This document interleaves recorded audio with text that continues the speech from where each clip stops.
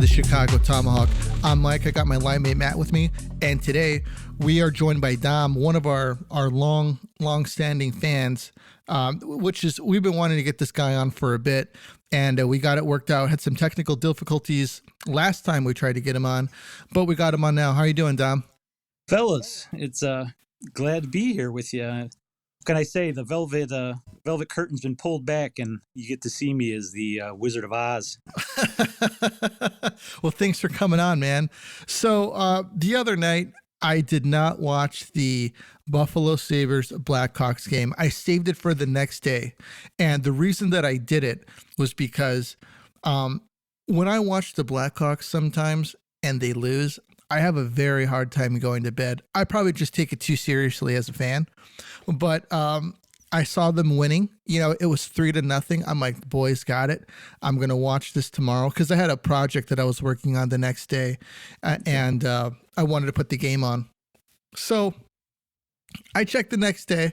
I'm like, all right, I want to see the score. 6-5. I could not believe it. And I'm like, I'm so glad that I did not see this because I wouldn't have gotten a wink of sleep last night knowing that the Hawks lost to the Sabres. So, boys, it got ugly. It was a game that we had practically put away, and it got ugly.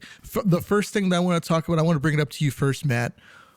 What is going on with Kevin Lankinen? Do you think it's a thing of reps? Do you think that because he was lost in his crease in a little bit, and last year it was actually a strength of him not losing his crease. What did you see with his play? I saw some rust. Like we said, he's been, watching Fleury a lot this season, or he's either been hurt. So I think he's given up 4 really bad goals in the last 2 games. And that can't happen, especially when you got a 4-0 lead. Right. Against the Buffalo Sabres. Right. Come on. Oh, man. Yeah. I mean, I was glad that they were putting some wins together earlier in the season just because that they had been losing so many games, and, guys really shouldn't have to go through that kind of brutality. Dom, what did you think of, say maybe the first half of the Sabres game? What did I think about it? Yeah. Oh, man. It's been a real copy and paste kind of style with that team lately, is that they start out big. They come out like gangbusters. And by the time the second period starts, they're just flat. Like, I don't know if they just, burn up all the gas right away, but it just seems like they go into sleep mode, go to hibernate. Right. So it's been get a big lead, and then go, a handful of unanswered goals, and then you're going tit for tat until the very end. So yeah, I don't know. I just don't understand how they can get up 3 goals. I mean, the game should be over at that point, just lock it down, especially against Buffalo. And it's not even playoff hockey. And it's not even the point where you're going to have a coronary at any, any zone entry, about what's going to happen, what are they going to do. It's just, they take their feet off the gas, and like defense is optional. And I guess the maddening part about the goaltending situation with Lanks is that he's been doing, I think, better in some of these outings than he's had in previous years, but he's not square to the shooter a lot. Right. And so, well said. When they're coming at him, that was the thing. I've always been a pro Corey Crawford camp guy. Like, I'm probably the biggest fanboy for him. And so, and for the modern era for the team, you kind of use him as the judge, like as a litmus test for it. And so you see these goalies, they're not getting square to the shooter, and he gets lost sometimes in there too. Or there's enough screen in front of him to where he doesn't get a good look at the puck, so he's just sort of guessing. And I mean, like you say, for the Buffalo game, probably some of those 2 middle goals were deflections. So, that really complicated that too. I mean, one went off of Strome's skate, and then the other goal, the tying goal, went off against Gus, or off his skate too, which is like a double deflection. Right. I mean, that guy alone, he can't do anything right, let alone stand in the wrong place right. And it's just, and let me tell you, like, and that's the thing for me, like that guy, break off on a tangent for that. He had I've seen him play so many times. Been lucky enough to get enough tickets to be able to see the team live in the recent years, and I saw him commit one of the most egregious blunders in the AHL against the Ice Hogs. They were playing against the Ice Hogs one night in Rosemont, and he dumped one of these no-look passes on the way off of a shift, and it turned into a rush going the other way and ended up in the back of their net. And I mean, he's a he forward. was just sort of rather matter of fact of it, like, oh, oops. Oh, fuck. He's a very thinking, poor like, man's this guy- Eric Carlson. Oh, That's what he is. absolutely. And then my thought was like, this guy will never make it up to the big club after that kind of deal. And you know what happened? Like a week or so later, he's up on the big club. And you can't help but just put your palm right through your face and be like, what? Yeah. It's just some GMs like point production from their defense, and they look the other way in their defensive game, and that's what me and Mike don't understand. Yeah, I don't get that it. people. Yeah.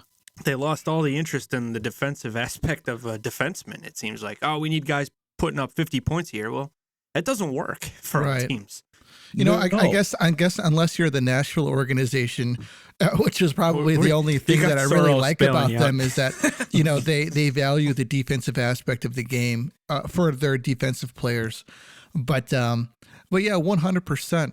You know, Lincoln looks worse this year than he did last year, and I wonder what it is. If he's lost some of his mojo in some way, if it's a confidence thing, you know. Yeah. So we're gonna have to see what they're gonna do this summer, because you know this kid is supposed to be taking the next step, and if he's not taking the next step, then they're gonna need to figure something out, because Soderblom's not ready yet. He needs more time, and they might have to sign a goalie this offseason. Who's out there? What do you guys think? Peter Mrazek? No, hell no. No. Man, He's been terrible lately. Yeah, he has. Just terrible. Yeah. And that team could score at will, and he's not helping. I say we got to bring back the accountant. I mean, really. Scott Foster. Scott Foster. I mean, tax season's going to be over. He's going to have a little bit of free time. Get that guy warmed up in pads, good sweat, and send him out.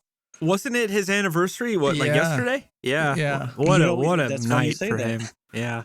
What a night. You know, it would have been funny if you'd be like, you know what, I was really hungover too, and I had to come into the game. I was hammered. You guys were just handing me beers in 300 level. You gave me the news, and then I drank 4 more just to mellow down a little bit. Right. And when I first put my pads on, I had them on backwards and upside down. They told me, hey, kid. You know, Taser had a really nice goal. It kind of looked like his old days. What do you think of that one, Matt? Rookie Taves goal. It reminded me of that big Avalanche goal he scored. I think it was his rookie year. I'm pretty sure it was. Yeah. But that was beautiful. Very beautiful goal. It's like, I think the more we give him a hard time, he just kind of proves us wrong in the next games, I feel like. Yeah. I mean, I've given him a lot of leeway, but I think on the last podcast, you love him. I do, man. I do. I think that he's done I think, you know, he does previously, we'll just talk about, you know, maybe the cup years, but, you know, he did a lot of intangibles and he did a lot of tangible things at the same time, you know, and that's just really hard to find in a lot of players. I think Crosby was always a great point producer, but I don't think that he really became like his I want to say his full potential until after 2015. And Taser? No, I'm talking about Crosby. Crosby? Yeah. Crosby, yeah. Yeah, I think that I think that he was a great point producer before then, but I think that he became a great you know, just hockey player in general, putting it all together after 2015. And that's saying something, because he's absolutely incredible. He's been incredible his entire career. And that's why he's got 3 Stanley Cups. Oh, for sure. So for sure. I think with most people, they come into the league, it's sort of that feeling out process. As soon as they kind of reach that veteran status and they've been around the block a little bit, you can kind of see the game definitely evolve a little bit. Right. Do you think that, you know, Dom, do you think that maybe it takes a guy like 4 to 5 years to really just kind of get settled into the league? Probably. I mean, I think that's a fair assessment. I mean, the first year, I guess it's weird. The first couple of years are sort of soft because you don't know if they're going to necessarily break the lineup, depending on how they were onboarded. So, if they were drafted and they're immediately expected to be, they're going to be a high pick. So, okay, we want that guy in right away. Or they're going to have a couple years in the AHL or through other commitments to get brought in and invited to camp. And then after you break that benchmark, yeah, it's probably another, at least 3 years or so before you really get to know who they're going to be. And then by then, I mean, you're at the end of the rookie contracts or agreements, and then you're starting to talk money. So then you really have to decide what you're investing in from there. You look at Jack Hughes, and we bring him up a lot on the podcast, as you know, and he is producing now at probably what they were anticipating him producing when they drafted him. Typically a first-round draft pick, these guys usually come in and make a difference immediately. That's not the case, and that wasn't the case with Jack Hughes, but he's having a great season this year.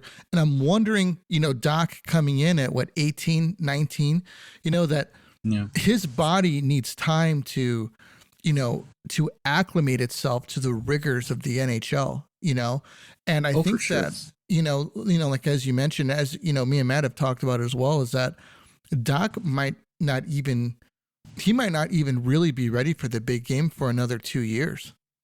I got to agree with you on that one. I was thinking about that a little bit in the last couple of days, the people commenting about Dach, and you even look at guys like Kane when he first came in the league, like, his stature is a little bit below average for what some of the players were playing at the time. So, I mean, you had to put on some size, and you have to, work on the rest of the aspects of your game. And now look at him. I mean, he's going to be probably the greatest, American-born hockey player, our generation ever. could see ever. I mean, so, somebody like Dach, especially with his big frame, I mean, I know he's been struggling, and you got to have enough good voices in the organization and the locker room to help bring him along the way. But I mean, yeah, he's going to have to work on, add some size, and hopefully everything that he's been taught is going to stick. Right. So, is there anybody else? Does he need more seasoning down? I mean, it's, I don't know. It's they got to just hit reset with him. They got to give him a fair shot. Give him, say, hey, we're going to redo like an entry level 3-year deal type of thing. Yeah. We rushed you. Let's fix this. Let's see what you got. You got 3 years to prove it. That's what they should do. 3 years, $2 million per, Matt. That's pennies for an NHL team. Well, it really is. Considering he was a top 3 draft pick, they might have to pay him 3 to 3.5. I don't think I would do that. I mean, if I'm paying like Dylan Strome for a couple seasons, you want to manage right at the first time and not. Oh no, I completely agree with you. I just think that I would definitely go here, kid. You're getting $2 million a year. We'll have bonuses. Hey, like say you hit 50 points, you get an extra whatever they decide. But I mean, give him some motivation. Oh no, I agree with you. What I'm saying is that I think that he might get a little bit more because of his draft number. I hope not. I don't think he deserves it. I don't think so either. Yeah. But I mean, that just seems to be the case with a lot of high draft picks. Yeah. Well, with the Devils, with Hughes, that they're just so desperate. They needed, they obviously it's working out for him. Yeah. I mean, he's having a great season. The last 2 seasons he's been, an AHL player, if you ask me, and we have to hear how great he is all the time. It's like, okay, dude, he's 5'6". He looks like he's 100 pounds. He's getting knocked around. The first season, dude, he was getting knocked around like crazy. He's definitely improved his play with the puck. His puck possession is way better. He's stronger with the puck. He's stronger on his feet. And, I think I got into an argument on Twitter with a guy a couple months ago about Brandon Hagel sucks. I'm like, Brandon Hagel makes $1.8 million, and he's got more points than Jack Hughes and more goals. Oh yeah. But now look at the kid just took off from injury, and he's making me look stupid. But still, look at this. Brandon Hagel is what, $1.8 million? He's making $8 million next season. It's just, come on. Oh yeah, he walked into a good payday. Definitely overpaid him, but hey, they believe in him and they got the cap space, and time will tell. So far, the GM's looking good. And they got another Hughes in the wings waiting to come in. Is he a defensive Hughes? Yeah, he is. Okay. I think he's the biggest one out of all of them, too. I'm more of a fan of Quinn. I think Quinn Hughes is a good player. Oh, he's a great skater. Yeah. And he's just kind of rotting away in Vancouver because they don't know what they're going to be. They're either, right, the mushy middle, they call it. Like, are we going to rebuild or are we going to go for it? And Yeah. I feel like every season they're right there and they just make the wrong decisions. Oh, You- without a doubt. Jack Hughes, I think he's a good skater though too. He is. He could be like a Kaner. He's got Yeah. the playmaking ability. He's got good vision. He's a good passer. You just got to surround him with some better players. I'm sorry, that Nico Hischier, he's our captain? Really? Yeah. And then you signed Dougie Hamilton? Really? Yeah. Sorry, I don't see the hype. I'm happy with Seth Jones. I am sure the money's high. Dougie Hamilton, come on, man. This guy's been jumping around all over the place. Especially at a Can't certain find him. age, when do you... Okay, I'll pose this question. At what certain age do you decide that you should stop calling yourself Dougie? I mean, Douglas, Doug, the Even Big Doug D, Funny, Dougie? the cartoon didn't call himself Dougie. I know. He was Doug Funny, though. And so, man, does he I get don't the know. nickname I Funny? think that's kind of his thing though. Dougie Hockey. Yeah. Dougie Hockey. All right, so Dom, I know that you have an initiative of the brush line. I'm really curious to hear all about it, man. Well, let me see. I put this together so I don't seem any more clinically unstable. I think we're all a little clinically unstable, to be honest with you. I'm completely deranged. Yeah. Oh, yeah, that I can attest for. That's for sure. But no, well, for me, I guess it all kind of starts at 2013 is when I started the Rory Kemmy's, the Chicago Brush Line. And it really began as a vehicle of all things, for looking for work. I have a background degree in visual communications, graphic design, and I was also between writing jobs. So I had a few jobs, side gigs, working as writing music columns and writing for a friend's car enthusiast magazine. And so I sort of needed something to keep the wheels churning. And not to mention that I had zero experience with social media at all outside of like a LinkedIn page. So for me, it was something to kind of help me learn the do's, the don'ts, and kind of keep everything going. And so I figured, what platform can I start from? Because, I like the idea of Twitter based off of, being able to think on your feet, and for, oh my gosh, why am I trying to explain myself? My brain goes numb. Platforms like you think on your feet, and then conciseness. I mean, before the algorithms and everything got to the dystopian wasteland that is Twitter, we had to be concise and to the point. So for me, it kind of helped everything be sharp. So I take my background. I said, well, what can I do? So I decided to do something sort of quintessentially Chicago, like what would be easily identifiable, and went from there and just kind of built a whole background story, and, made a full storyline for it, and then kind of just launched into it. And from there, it's been really interesting so far. And I got to say, it's gone further than I thought that it would, because social media is very topic based. So this isn't necessarily the hottest commodity by any means, but it's become fun, and I've met a lot of cool people and really been entrenched in the sports culture and music and just overall BS. And so I've been able to meet some cool people, and most recently being a part of the 108 tourney, which is a bracket of White Sox social media personalities. So didn't make it out of the first round for the second year in a row, but hey, I mean, it's really good to get to know the subcultures for city sports, and those guys over there from the 108 have been really, really good to me. So that was fun. So it's essentially, like a writing project for you? Yes, I guess. Long story short, yes. Okay. No, well, give us the long story. I'm curious. I'm curious about it. Well, for me, it was interesting because when I started it was, like I said, I was like, okay, what can I do that would be interesting? And so I thought of, my school recently, or probably within the last couple of years, lost its accreditation, and it's always confused with the School of the Art Institute. So a lot of some of the things initially, I started out like, oh, let's make a lot of things that are adjacent to me. So okay, so well, there's 2 Art Institute lions. They're pretty, for tourism, is pretty identifiable. And I say, well, what if there was a 3rd lion? What if there was like a disgruntled 3rd brother? And, and so when I put this together, I said, okay, I'm like, well, okay, let's start there.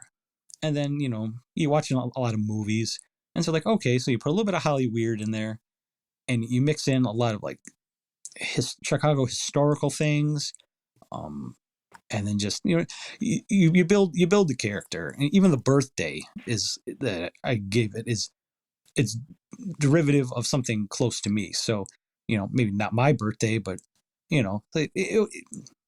this thing's tied. And so actually, the more I carried on with it, and I didn't get into those crazy things where you're like, oh, we're buying followers, or I just sort of just carried on with the topics. Like I'm talking to myself, I'm shouting into the void, and see if I can get some interaction back. So, what are some of the topics that you like to talk about? Well, a lot of it has to do, of course, with Malort. Malort is the big topic. I'm probably the best unpaid salesman for Malort. So, love it, you hate it.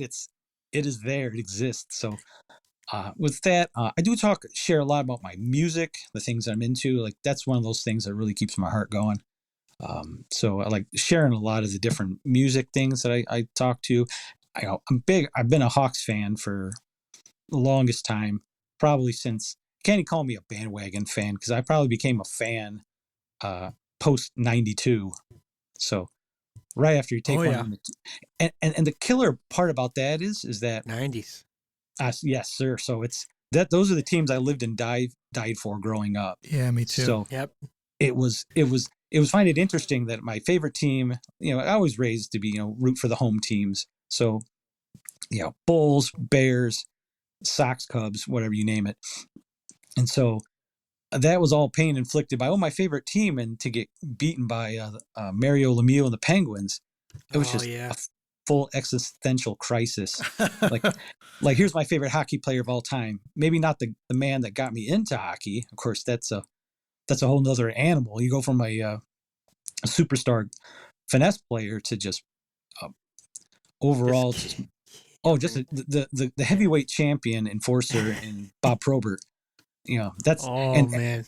And then there's the other confliction, because he's probably equally as known as a Red Wing as opposed to a Blackhawk, which is, and everybody knows me, I'm very much a pro Detroit sucks chant kind of guy. And so it's just, so there's the duality of it. I got into hockey and of course in my family, nobody followed hockey. Nobody. When they looked at me like, you were like, what? It's like, why? It's cool. I mean, look at that guy. He's pounding that guy's face in. That's I don't know. That's it's a warrior poet. Like I like that guy.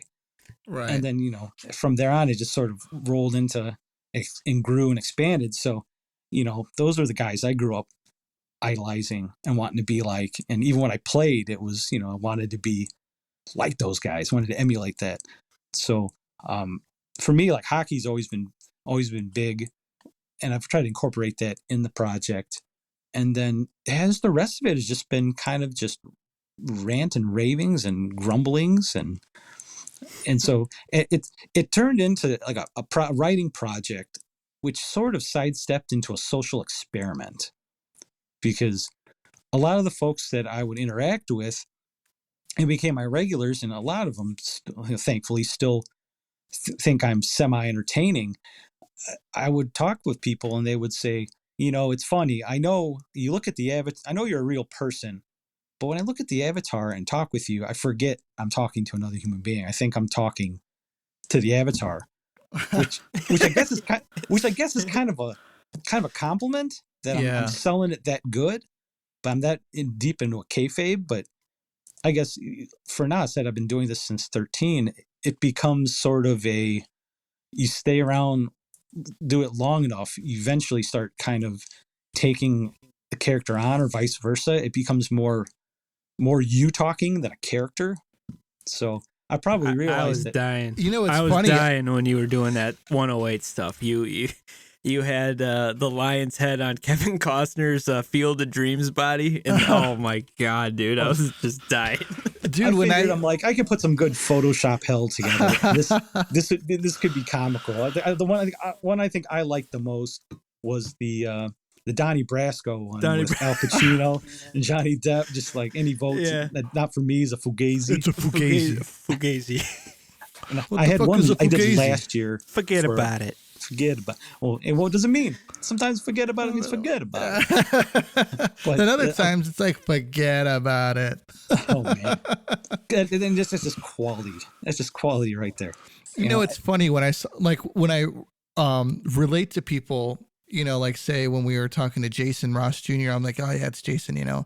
But when I think of you, like I think of like the lion, you know, or the like lion. I thought you did a really good job with your name. It's because it's spelled, was it BVRSH? But I say brush lion, you know? Yeah. And that's how it's meant to be said, right? Yeah.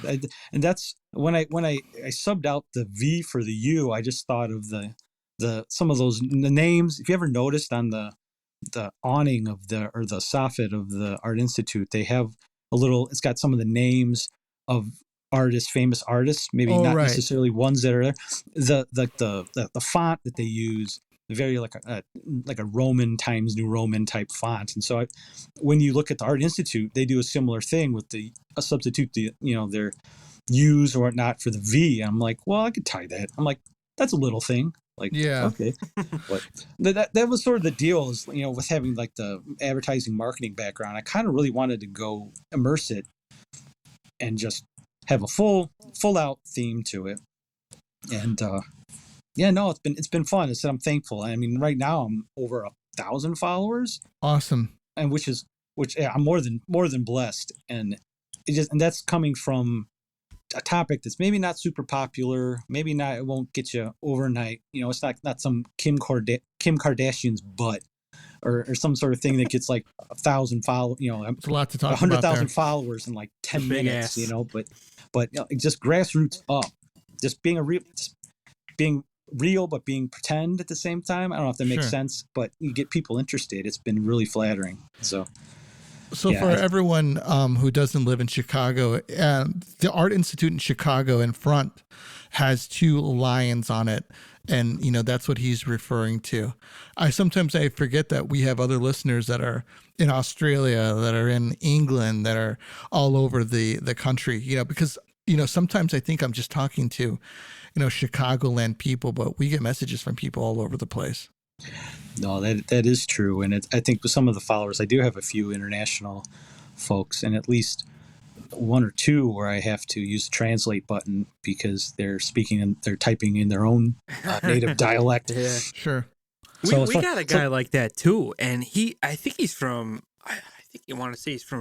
Slovakia, and he's always typing me when I would post like a Hossa picture, and I see what he's writing, and I'm just like, oh yeah, thumbs up, like, well, I know he's awesome. And he's always like sending me the clapping hands emoji. I'm like, okay, I think I'm in good shape here. Oh, for sure. I have one like that he's from Slovakia, I think too, and he runs person runs like a music related type account. And I know you sort of go into it with best intentions, like, well, they could be calling me a dirty, rotten scoundrel, or they could be saying, oh, good job, you're great. It just sort of just smile and nod. Right. Yeah, thank you. So you grew up just like we did, listening to Pat Foley. How do you feel about, what's been going on this year with the announcing? I feel like it's been botched. If the organization is really interested in what the fans' feedback is, I hope they're really paying attention, because personally, I would have tried to make this I would have started this a year or sooner than they have, and done it in a way where, okay, we're going to have Pat and Eddie do local broadcasts, like every home game, right? You get the home voices, or faces, and then for away games, you send a group of folks out in like a block system. Okay, for games, like 6, 7, 8, and 12, you're going to have these guys, and then and eventually maybe if you're settled on candidates, juggle those around, but keep the fan favorite, the A team, together for all of the home broadcasts, and then the next year sort of okay, now we're going to limit his package for calling the season. Start, okay, which combos do we have been, if they're worried about the analytics, who's calling in the most popularity, and then start kind of leaning towards that, and then you just systematic cuts and then get people involved. But I don't think the team is in general has the broadcasting has I don't think they've handled it very well. It's kind of disappointing because people are starting out of the hole probably already, considering Foley's body of work, right? And you're going to try to just we're just going to be a season like this with no postseason chances of hearing somebody, and you're going to try to start it in or find a style or some chemistry. I don't think they've handled it very well. It's kind of like one of those things, maybe they just want it to be, like just to shock everybody because Foley's leaving, so that next year just having two people, every game will give us that stability that we want. Like maybe this is like some kind of controlled chaos from the Blackhawks. I think anything's possible. Being a Hawks fan as long as I have, there should probably be a flat spot on my head from the amount of things that we've had to digest or hear over the years, and just find a place to bang your head at. So I guess in all reality, it's we're gluttons for punishment, so we keep taking it on the chin. But I mean, I guess you could do it one way, but if there's the right way, if you can make it less painless, I guess maybe try for that.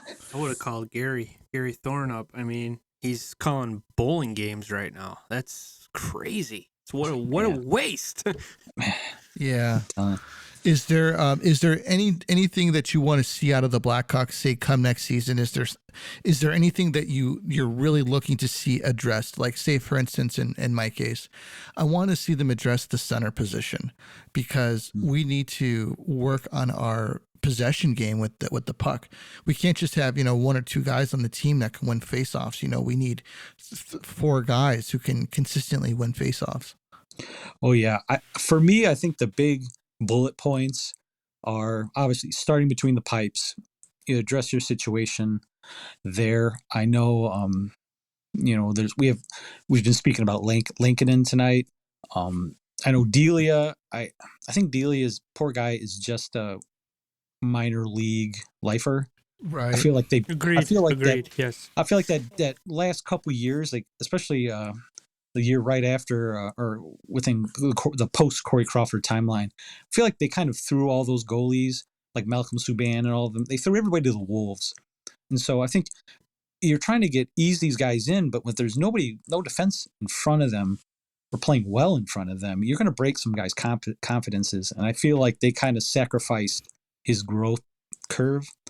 Okay. So, how are you going to address the farm system for goaltending? And I know they just signed another young guy recently that they had promos out for, but I don't know anything about him. So I guess, how are you going to grow that position? Obviously they've gone big in on going defense. So they have the Jones brothers. Is Murphy? I don't know what his contract timeline looks like, and then just a lot of it also too, I think, is besides trying to get your offensive forwards to be out there earning their paycheck, where's the leadership coming from on the bench? Because I'm not a believer in the Derek King experiment. I think they waited a little bit long to fire the coach that we dare not speak his name, and go on for this. So it's sort of now, you correct me guys if I'm wrong, but the Ice Hogs, they're in the hunt for postseason in the AHL, aren't they? Yeah, I believe so. they are. Yes. I know the Wolves are the top team of Chicago, in the A. Yeah, I think that if last year, if King was down there as a fresh coach for them, I remember them not being any good. So it's sort of one of those things. If they're struggling as a minor league coach with that system, and he's going to come up to here, I don't think he's retooled a whole lot, which he's been open about at times. I don't see that guy despite being a former player, being the type of influence on some of these guys that need to grow a little more or help build an identity with a team. I think you guys have mentioned it on previous podcasts. They could be potentially about 2 coaches away from somebody who's really going to take them to the promised land. Right. I mean, we could get lucky, but I think maybe I don't know who you grab. Who do you grab at this point? I mean, the good coaches are taken. And they sat on the organization sat on the sidelines for a lot. They gave the hard sell that they were committed to these guys, and I mean, we don't know what's going on behind the scenes necessarily, but yeah, I feel like they held the ball a little too long. So it's tough to say. I would have been interested in Claude Julien. I think he might have been it would have been an interesting. Yeah, I think it would have been an interesting fit to put in. But I mean, he had a lot of success with some of those Boston teams, and I mean, I don't know. Style, I don't know if he's a rebuild type of coach. I think he's more of a going for it or right there kind of coach. I can agree with that. Yeah, I don't know. I mean, Torts. I love Torts. I don't know about him either. I think he's gone through a couple rebuilds, and then he's had his success in Tampa. But other than that, I think he's just like an average, mushy middle kind of coach. I think the problem with Torts is that if you follow along with him a little bit, I agree. Like, he's been through a bunch of rebuilds.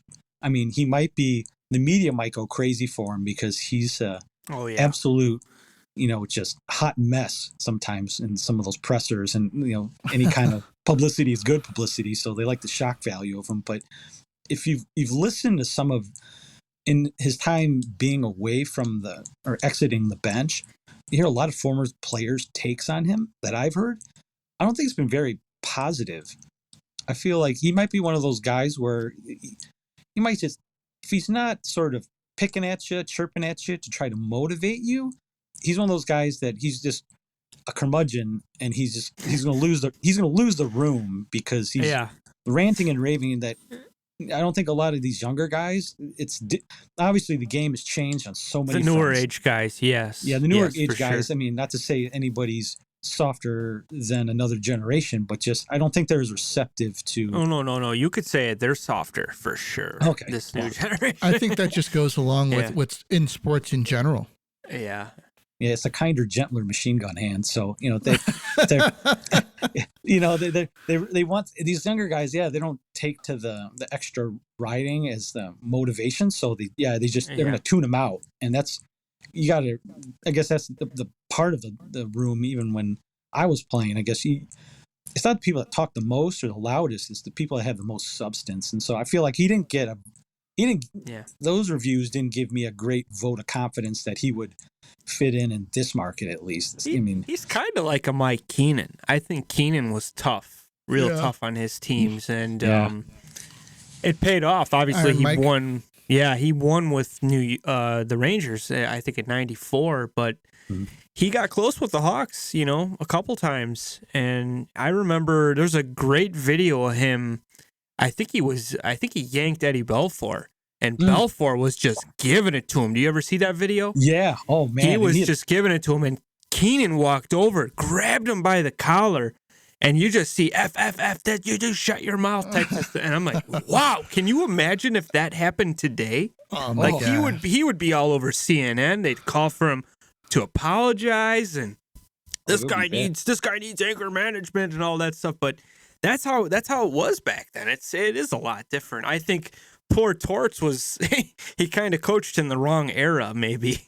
Yeah. Oh, I agree. I think, and now even you said the guys that are signed under contract. I mean, they're probably locked up. I mean, I don't know if it's any. I'm looking too far into down the chute, but I think a guy like Rod Brindamore would probably would be the type of coach that I would like to see. I think he satisfies both sides.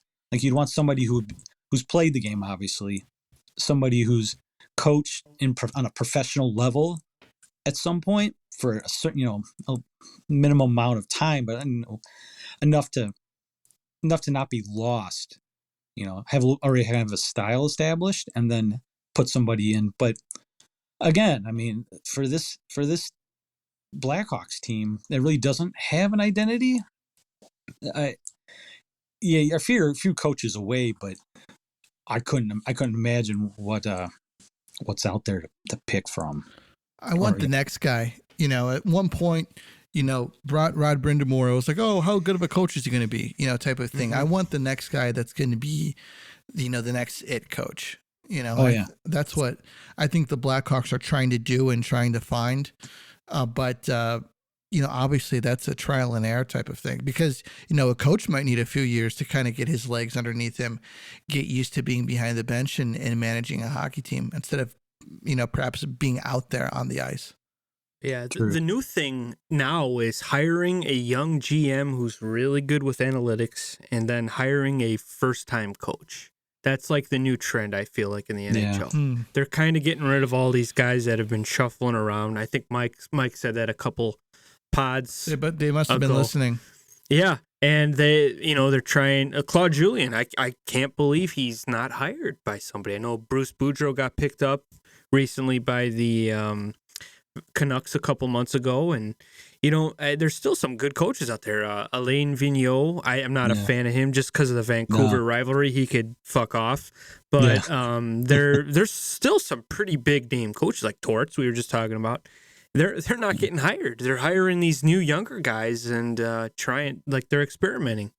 Well, I think the league's at a pivot point right now. I mean, like you have some of the guys from the old guard that are well established, and they're all about the same age, so they're kind of aging out.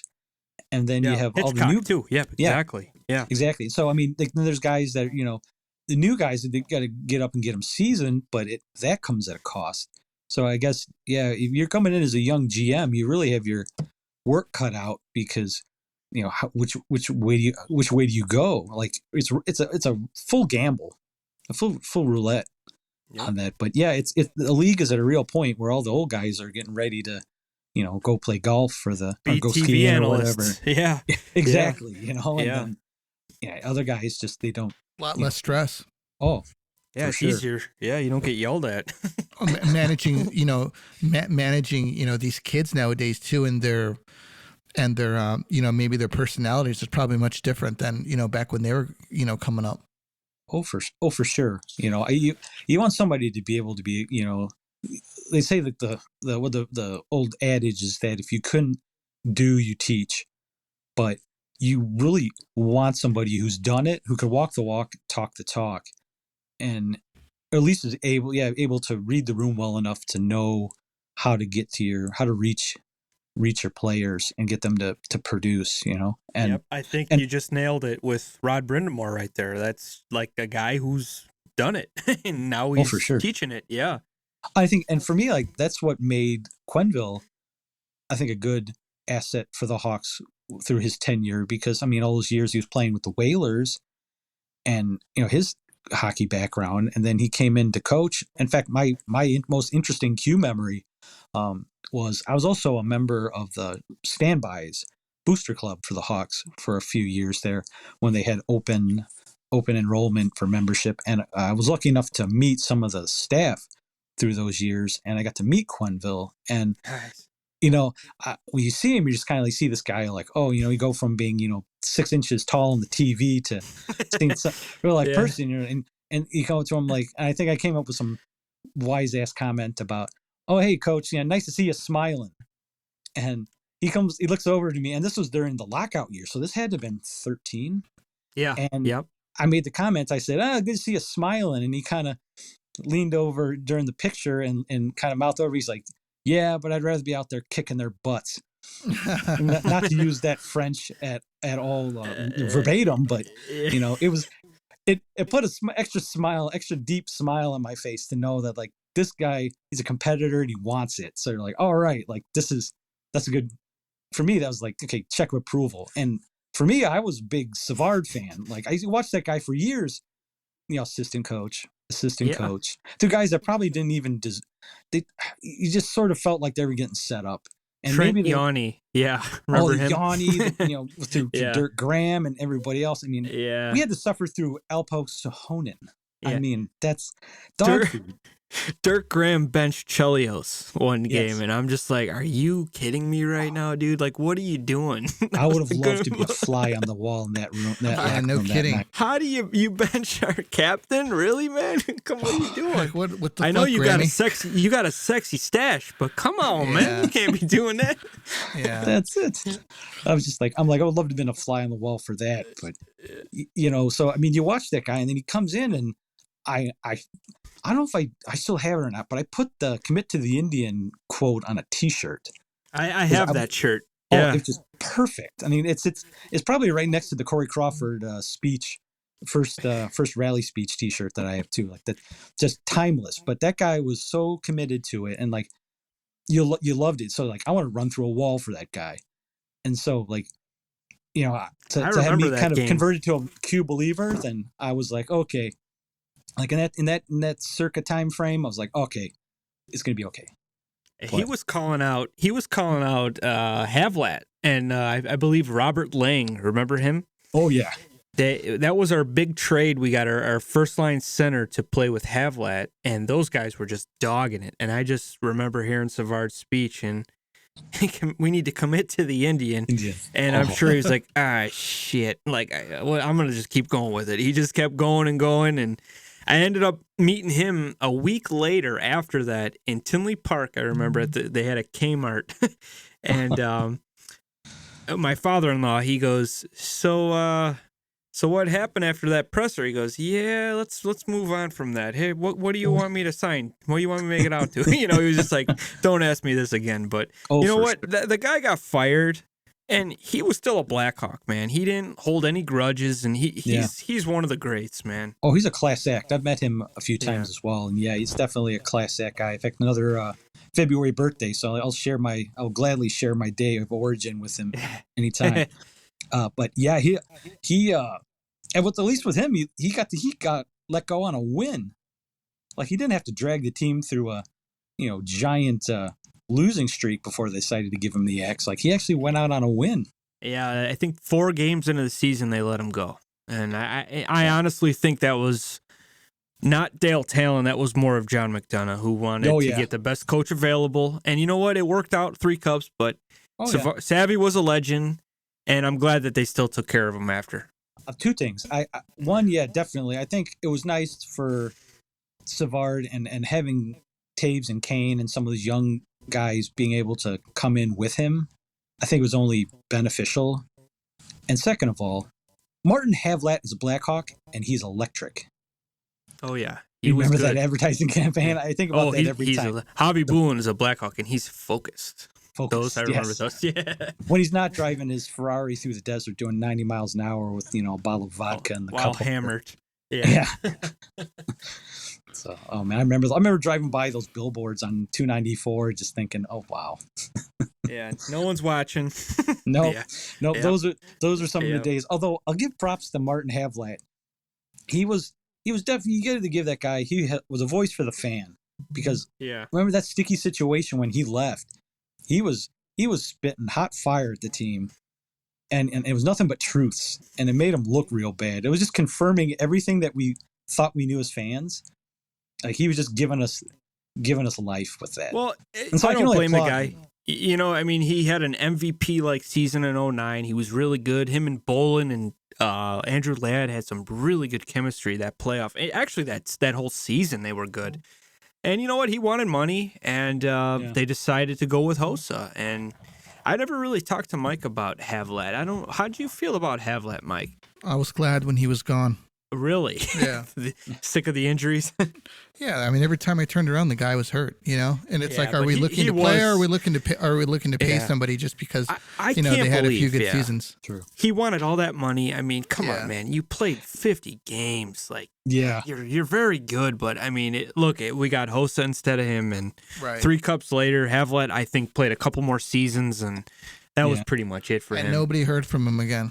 Yeah. I mean, That's a I hope that that he's healthy and everything. But Oh yeah. I was happy to move Did on. he go to the Wild or something? Yeah, like he that? did. And then Wild, he was. And then he Sharks, was. Jersey, Blues, and then goodbye. Yeah. Oh wow. Yeah, Yeah. I remember him going to the Wild, and he was hurt quite a bit with them too. Yeah.